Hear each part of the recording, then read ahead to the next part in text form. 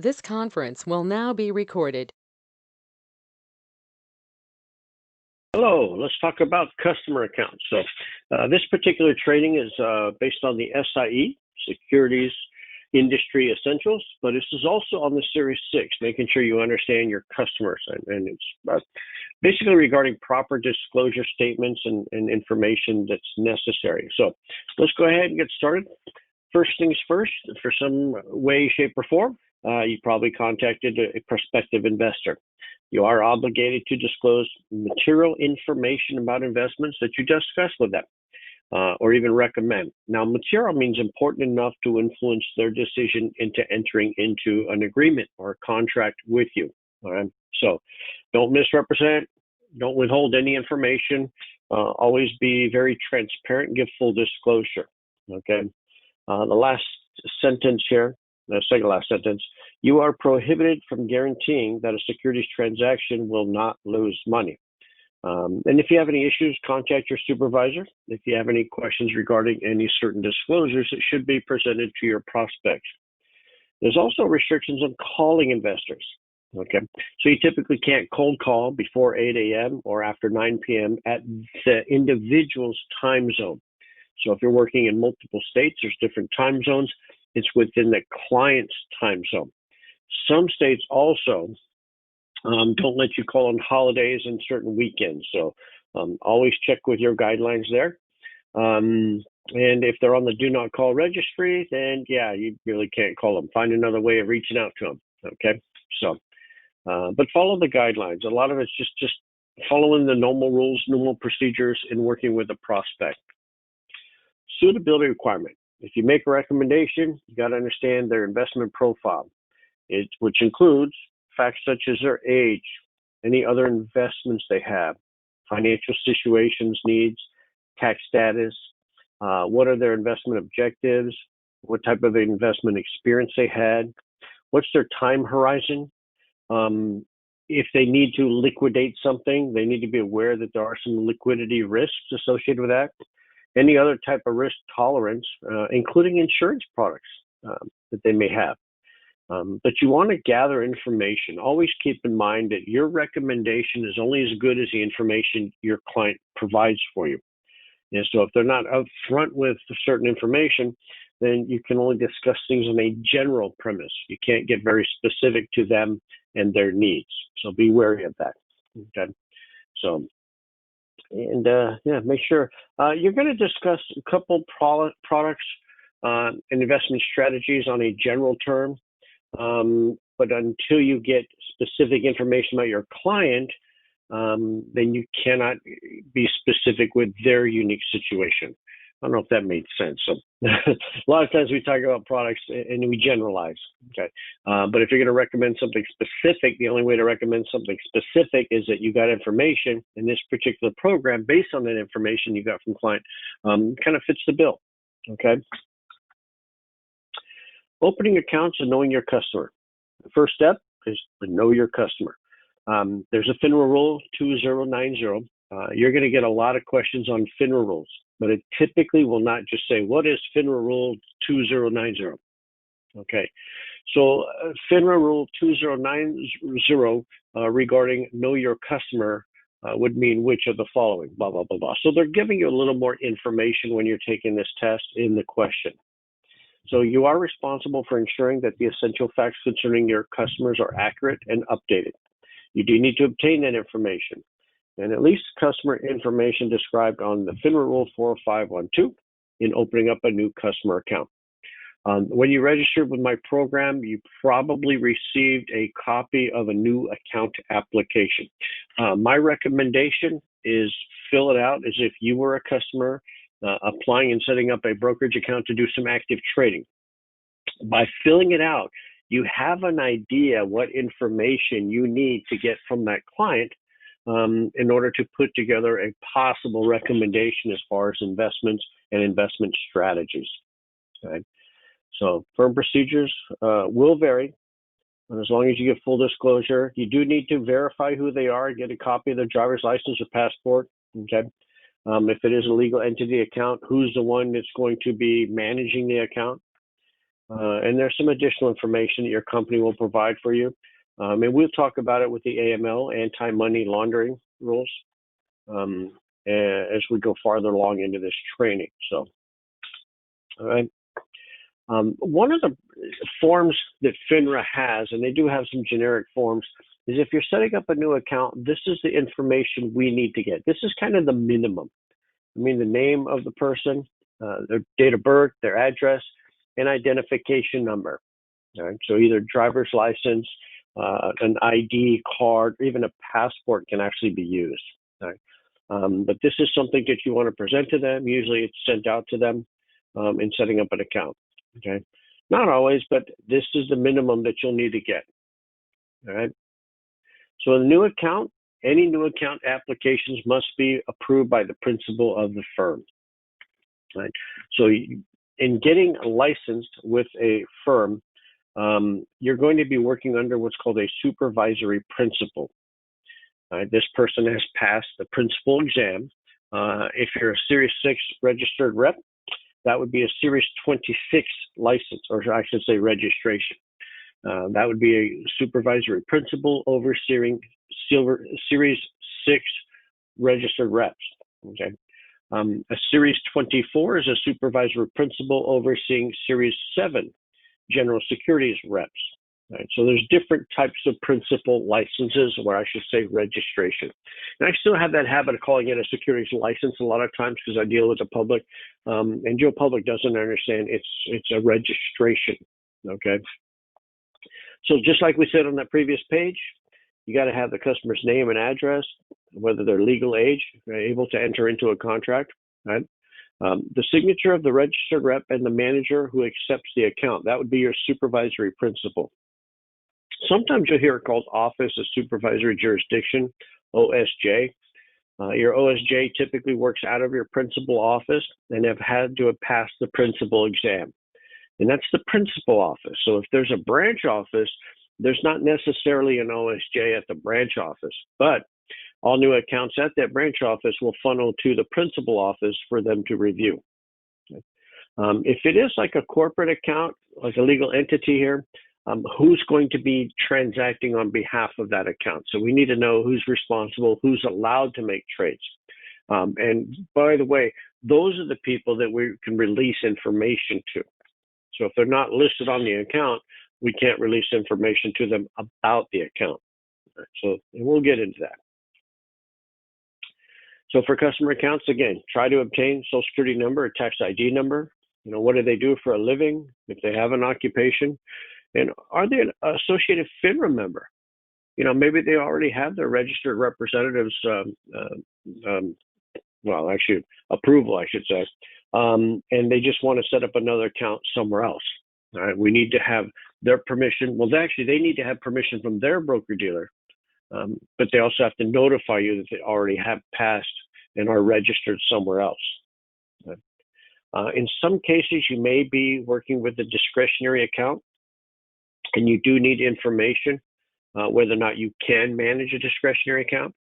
This is where a customer sets up an account and gives you some trading authority to actively trade the account in their best interest. Right? So you do need documents, trading authority if it's a legal entity and you're working on their behalf, or who's basically responding and overseeing the account. This is kind of page one of a new account application. And so I do have this on my site. If you did not get it, reach out to me. I could definitely send it to you. It is on FINRA's website. You can search for it, finra.org. Just hunt a new account application, and you should be able to pull it up. But yeah, just reach out. Let me know. I can send it to you. Not a problem.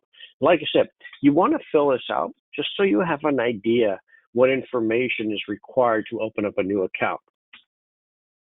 And this is kind of a weird item. But for customers' mail, now this is at the broker-dealer level, not the registered rep level. Broker-dealers can actually hold customers' mail for up to 2 months if their customer is going, traveling around the U.S., okay, U.S. territories.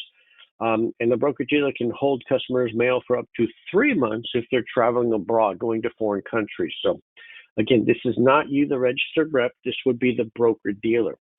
This is actually a Series 7 General Securities Representative test question, but apparently it has popped up on the SIE and the Series 6 top off. So just so you know. As far as information that needed provided to investors, member firms that hold customer accounts must annually provide in writing the availability of an investor brochure describing public disclosure program. What this is an opt-out policy. So when they submit a new account application, sometimes we're gathering data about a prospect, and we can sell that data to a third party that we partner with, kind of as a lead or someone to possibly market to. Now, they can opt out on that application, the new account application. But if they do not, every year we have to send them another notification that they can opt out, to where we cannot pass their information to a third party that's going to market them. All right. So you got to give them that disclosure. There is a hotline number on that. You got to give them the website, FINRA's website address, and they can also go to the FINRA website and look you up. So there's a broker check. They can put in your name and they can search you up to see if there's any blemishes on your record, or even if you still have a securities registration. Okay. So again, we want to be transparent in dealing with the public, letting them know this is who we are, this is what we're about, and that you're a good, upstanding person, a good business reputation, and they can look that up. Regulation best interest, or Regs BI, Regulation BI, however you want to call it. In order to fulfill the best interest obligation, you have to comply with 4 components: disclosure obligation, care obligation, conflicts of interest obligation, and compliance obligation. Again, we're trying to give full disclosure with this prospect who's setting up account. Then they're trusting you and your firm to manage their money in their best interest. And so it requires compliance in all 4 of these areas. The direct rep level responsibilities are disclosure, right, and care. Right, so you have to give full disclosure, right, and you got to follow certain guidelines, right. The compliance and conflict of interest obligation are kind of at the broker-dealer level, and so this could be a possible test question, right? Who's responsible for the conflicts of interest obligation? Who is responsible for the care obligation on Regulation BI? Okay, so remember that agents, registered reps, are responsible for disclosure and care, and the broker-dealer is responsible for conflicts of interest and compliance issues. All right. So, excuse me. All right. So when you first set up, you got to do a CRS, customer, or sometimes called client relationship summary. It's a disclosure document drafted by your broker-dealer, contains broker-dealer level disclosures. All right. You as registered reps, you're going to need to provide some additional information beyond this, what's on here, in order to satisfy the disclosure obligation of Regulation BI. You cannot edit this form, cannot change the form in any way, shape, or form. Supervisors will and make sure that you have provided the customer with the broker-dealer's current forms and understand when they are required to deliver the form CRS to retail investors. Okay. So when it must be presented, typically no later than the time of application. Right. So if they're going to set up an account with you, you got to at least have this form filled out or presented to the client no later than the time of application. You typically want to do it when you're having a conversation and they want to start moving forward, and you're going to make a recommendation of an account type, some type of transaction, or investment strategy. But definitely it's got to be in place when you're placing the order, or if they're opening up a brokerage account. The disclosure authorization, you have to disclose you are acting as a registered rep of your broker-dealer. Any costs, materials, and fees, types and scopes of services, including any material limitations on the securities or investment strategies that may be recommended. You also have to disclose a general basis for your recommendation, meaning your investment approach and strategy, any risks involved with it, and talk in standardized terms. That means talk like a normal human being. All right. I've met some reps and they have this newfound knowledge and they just want to go a little crazy with it. You know, they're talking to a business owner and says, "Oh my gosh, your company's a nonprofit. That's awesome. Under 501c3, you can set up a 403b. You can set up a retirement account for your clients." All right. We call them a TSA. And they're looking at him like, what the hell are you talking about? Don't talk over the customer's head. Just talk to them like a human being. A lot of people, they're not going to tell you they don't understand. They have no idea what you're talking about. Okay, because they don't want to feel stupid. Right? But they typically will not buy from you. If they do, they probably won't last. Okay, so I mean, just talk like a normal person.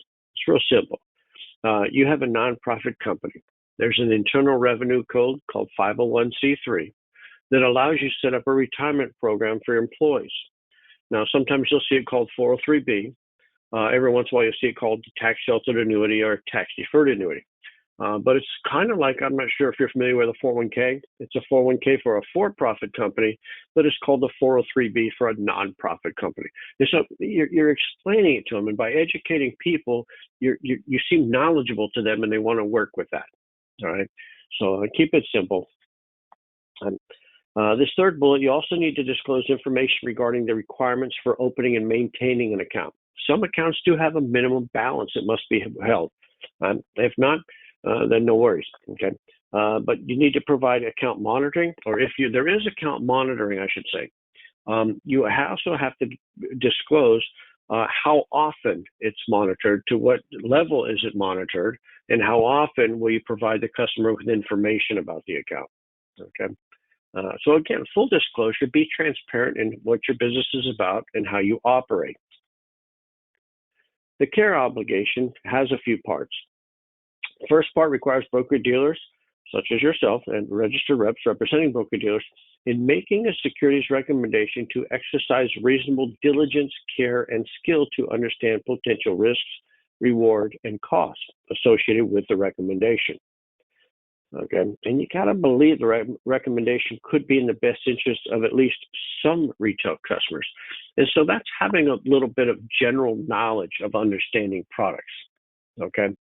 Another part requires broker-dealers and associated persons in making a securities recommendation, again, to exercise reasonable diligence, care, and skill, to have a reasonable basis to believe that the recommendation is the best interest of a particular retail customer. Okay. So the care is there's a general understanding, but then you can get more specific to a particular retail customer. Right. And again, your recommendation is based on the information you got from the client. And you do have to educate them. If you're going to recommend a product, well, what are the risks associated with it? The rewards, any additional cost? Again, full disclosure. I mean, that's all this really is. The conflict of interest obligation, now this goes over to the broker-dealer. They need to establish, maintain, and enforce written policies and procedures designed to address any conflicts of interest associated with the recommendation. It requires broker-dealers to identify and eliminate contests, sales quotas, bonuses, and non-cash compensation that are based on the sale of a specific security, right? Or specific types of securities within a limited period of time. And so there's no really pushing a particular stock on the client, because if you sell enough, then you get a bonus. Those have been eliminated. It's a conflict of interest because it's more that you're winning a bonus, and so you're pushing it and putting people into unsuitable or giving unsuitable recommendation for the client's needs. And so that's gone. So if you've watched that movie Boiler Room, right, where they get bonuses for pushing a stock, that doesn't exist. Okay, not everybody fits into that bucket of needing that type of investment. All right, so they're kind of market manipulating or manipulating the client and enticing them to buy it because they get a bonus out of it. So understand that. Just like in registering a security, everything has to be in writing. Broker-dealer must maintain and enforce written supervisory procedures, WSPs, to supervise these types of business in which it engages in the activities of any associated persons. They must be reasonably designed to achieve compliance with applicable securities laws and regulations. A copy of the broker-dealer's written supervisory procedures or the relevant portions thereof must be kept and maintained at each office of supervisory jurisdiction. Remember, that's that principal office where you have the OSJ who's passed that principal exam. Right? And they do have to have a copy of that. The third paragraph here, written supervisory procedures must be amended promptly to reflect any changes in applicable securities laws or regulations, including FINRA rules. And the last paragraph here, written supervisory procedures include supervisory escalation procedures. All right, so if something goes wrong, what's the process in dealing with a complaint or whatever it may be? Okay. Books and records requirements, how long do they keep them? The type of business the broker-dealer engages in. Policies concerning employees' outside business activities. This is important. So when you register to take this test and pass your securities exams, you basically put down which occupations you're currently in. If you change your occupation, maybe you picked up another part-time job doing something on the side. That's outside business activities, and you need to disclose that. And so you basically pull up that page of your U4 application, make the adjustment, and submit it. Any changes to your original U4 application must be submitted promptly. All right. So, in the last sentence here, it also lists titles, registration status, and locations of any required supervisory personnel. If someone complains, one of your customer complaints, recommend or request that they put it in writing, okay? And you want to present it to your supervisor immediately. All right, so even though maybe they complain, it's something in passing, encourage them to put it in writing, present it to your supervisor. Right? So you never know, because usually if they complain about one thing, it's actually just something small and part of a bigger puzzle. So be aware of that. The OSJ must keep a file of all written complaints and a clear reference to the files containing the correspondence related to them. And again, any complaints, what happened, what rule was possibly violated, and how is it resolved, and that's got to be kept on file. So if you do have something against you, in certain cases, you can request expungement, either through the broker-dealer, through FINRA, or by another court in some cases to expunge it. The U5. So U4 is applying, all right, either to get your securities registration, or maybe if you're going to join a different broker-dealer, you're leaving a broker-dealer going somewhere else, you fill out a U4 at that broker-dealer. So a U5 is the broker-dealer terminating you as a registered rep under their brokerage, their tutelage, okay? You get a copy of it within 30 days.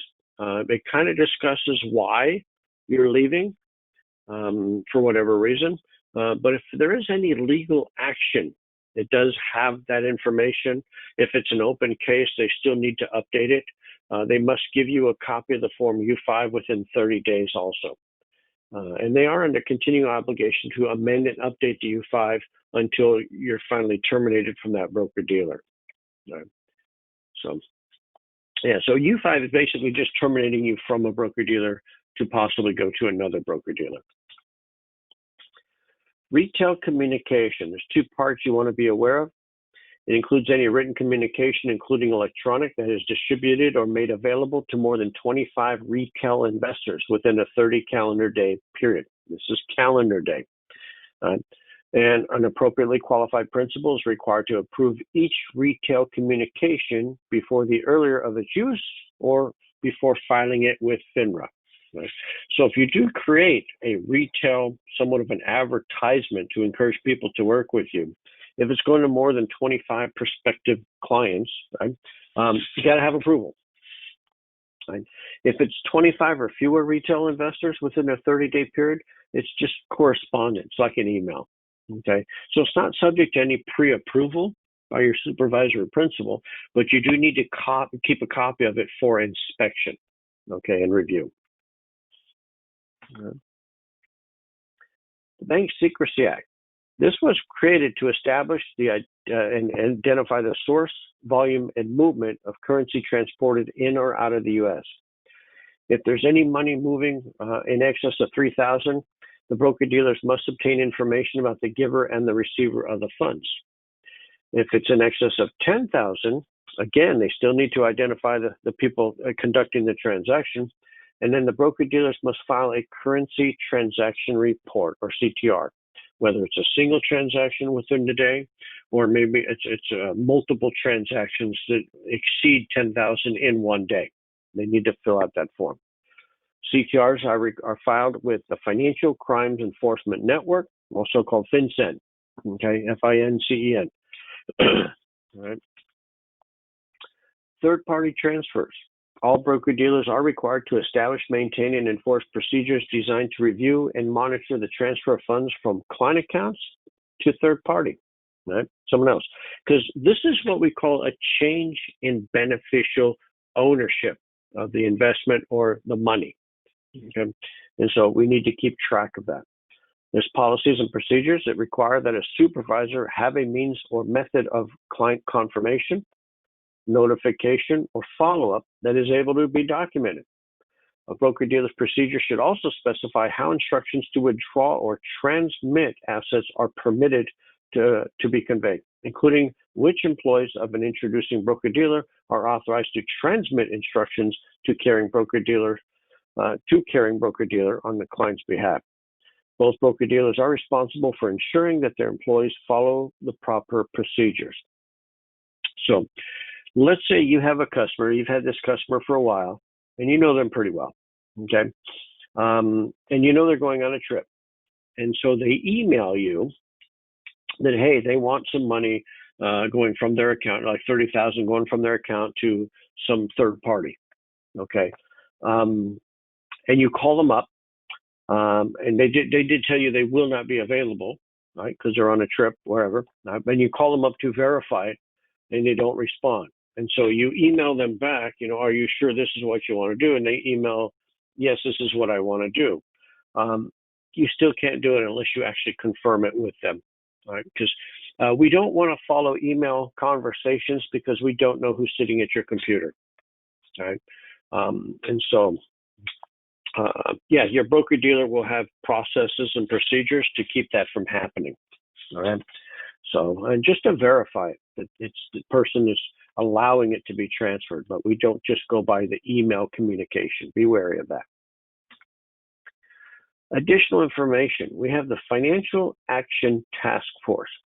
Now, what this is about is, in most cases, our laws are reactive. After something's happened, they now impose laws to punish people who do it from here forward, right? Well, the Financial Action Task Force is trying to be more proactive. So the second item here, it's a policy-making body that generates necessary political activity, I guess, to bring about national legislative and regulatory reforms in these areas. They're trying to be proactive in putting laws in place to keep people from doing things that they shouldn't be doing. All right. Again, it's not a perfect system, but they're trying. Okay. The Office of Foreign Assets Control, it's part of the Treasury Department. They administer and enforce trade sanctions based on U.S. foreign policy and national security goals. They impose controls on transactions and freeze assets under U.S. jurisdiction. All right, so someone is laundering, or I guess determined to be laundering money through the U.S. banking system. OFAC can step in, freeze the account, and take the money. Okay, as long as it's under U.S. jurisdiction, under U.S. banks. Okay. Anti-Money Laundering Act. Each member shall implement an approved written procedure to comply with the Bank Secrecy Act. We have to have a customer identification program. You got to verify who they are, open the account, maintain records, and consult any government-provided list of known or suspected terrorists. Okay. You have to submit, not you, but your broker-dealer, typically a reported compliance officer will actually submit a suspicious activity report. So under the Anti-Money Laundering Act, broker-dealers are required to file a suspicious activity report for suspicious transactions such as deposits of $5,000 or more, withdrawals of $5,000 or more, or transfers of $5,000 or more in a single day. Okay, so this is, you've got the suspicious activities, anything of $5,000 in a single day, you have to fill this. currency transactions, anything over 10,000 in a single day. You do have to fill out the proper forms, or I should say the broker-dealer. SARs must be filed within 30 days of initial discovery. The financial company is required to report if they know, suspect, or have reason to suspect that this person has no business or lawful purpose. They use a financial institution to assist in any criminal activity. The money is obtained using fraudulent funds, or purchases are being made using fraudulent funds. It's intended to mask funds from other illegal activities. That's where they might be layering. Maybe have the legitimate car wash business, and they have this illegal money, and then what they do is they blend it in with their deposits through the car wash. Someone using fake IDs, or two people coming in, their IDs are very similar. The customer changes the transaction once they realize they have to show ID. The customer transacts just below the required reporting amount, $4,999 every day. Okay. Two or more customers working together, or maybe the customer going to two different banks or going to two different tellers at different intervals throughout the same day. Okay. Again, anything over 5,000 must have a suspicious activity report filed. Under the Patriot Act of 2001, this is a great name. It's a USA Patriot Act. And its acronyms for Uniting and Strengthening America by providing appropriate tools required to intercept and obstruct terrorism. That's what USA Patriot Act is all about. So FinCEN requires financial institutions to establish anti-money laundering standards. They got to have procedures in place. There must be a qualified compliance officer. Everyone's got to go through continuous training, and you do have to test your program to make sure it does catch these items. Okay.